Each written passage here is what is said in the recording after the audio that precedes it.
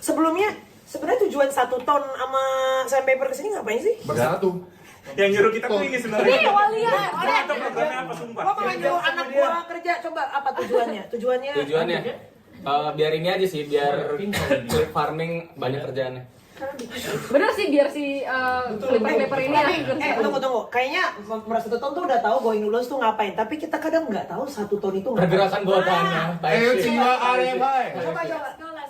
Coba jelasin kayak misalnya struktur kalian tuh gimana?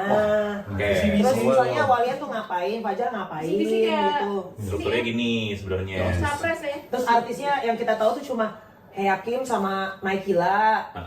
Udah sama David, iya, tapi kan dia juga manage juga. Iklan dulu ya bro. Oke, iklan, Bang. Yo, Jadi silakan. 1 ton itu adalah label sebenarnya yang di bawah naungannya Sun Eater. Jadi di mana kita tuh sebenarnya bekerja benar-benar dengan supervisi dan bantuan segala macam itu dari Sun Eater. Oke. Jadi Itu cukelian kita lah. cukelian Tapi kita. funding dari siapa? Dari Sun Eater juga. Oke. Jadi syarat Mas Kuku, syarat Yahe ya, syarat Kudu. Hindaya. Let's go. Hindia bukan Hindaya. Hindaya, syarat Hindaya. Lepas to her.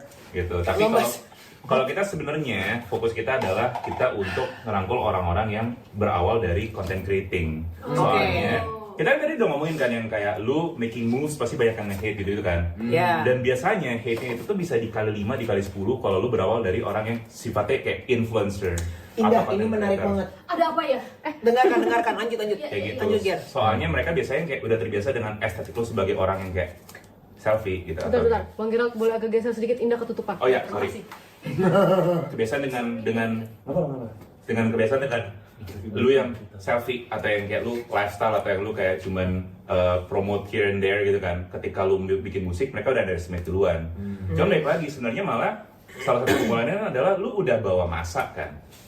Dan gue sendiri sebenarnya juga nggak suka dengan kata edukasi sih. Edukasi itu kayak berat banget nggak sih? Yang kayak Sekolah banget. teman-teman saya sedang bikin EDM gitu kan. Mengerti Dengarkan lah. saya gitu. Enggak lah kayak. Cuman lebih yang kayak you just bro a good art is eventually a part of you, right? Gading. Iya.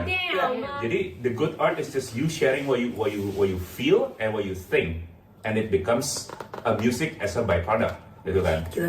Dan Gila, Ger. Lu memasak. Lanjut, Ger. Wah, Ger, lu keren banget. Kesurupan Dan- Karnil, yes. Dia kayak kapibara gak sih? Bacot di Gen Z. Kasih dia cooking loh. Oh, sorry. Oke. Dia lagi memasak loh. Lanjut. apalagi ya, jadi ya tugas kita cuman menuntun orangnya ke situ doang, dan baik lagi cuman tugas kita sebenarnya cuman 2 kok. Kalau misalnya si artis ini udah tahu game plan-nya apa sih gitu, kita cuma tinggal mantik dan kita tinggal nuntun. Udah. Oh. Soalnya Mantik dan nuntun. apa namanya?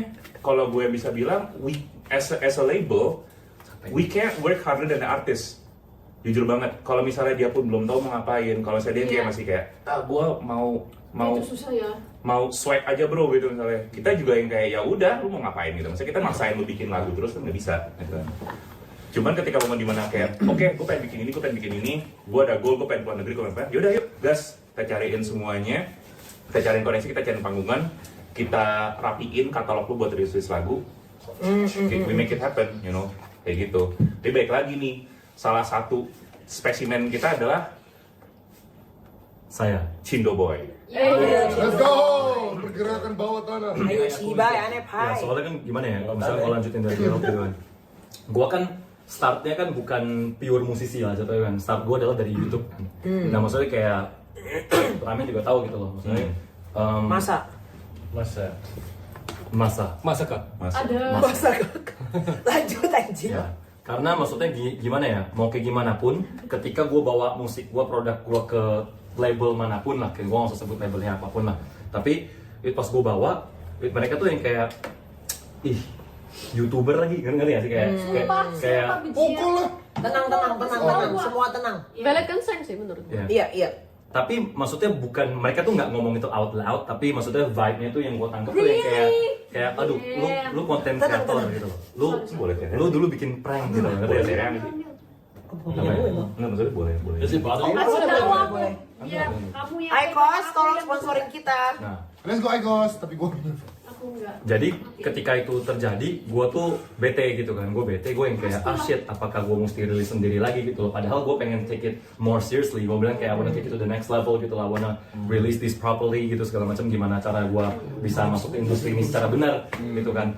Yang sebenarnya pada saat itu tuh gue yang kayak mikir lah, gue ngelihat banyak musisi yang lagi berusaha bikin konten gitu loh, kayak why not we collaborate gini kayak I know a lot of things about content, ya gue nggak bisa bilang gue pro, tapi at least kayak I got the years behind me gitu kan, ya kan. Jadi gue ngajakin collab yuk, nggak ada yang mau. Habis itu rilis musik juga nggak ada yang mau terima. Jadi ya gue merasa bete sedikit, tapi yang you know what kayak ya udah gue ya thank God gue ketemu Saniter adalah salah satu label pertama yang denger gue secara serius. Asik, let's go. W, Saniter Chan. Ya, Thank you India.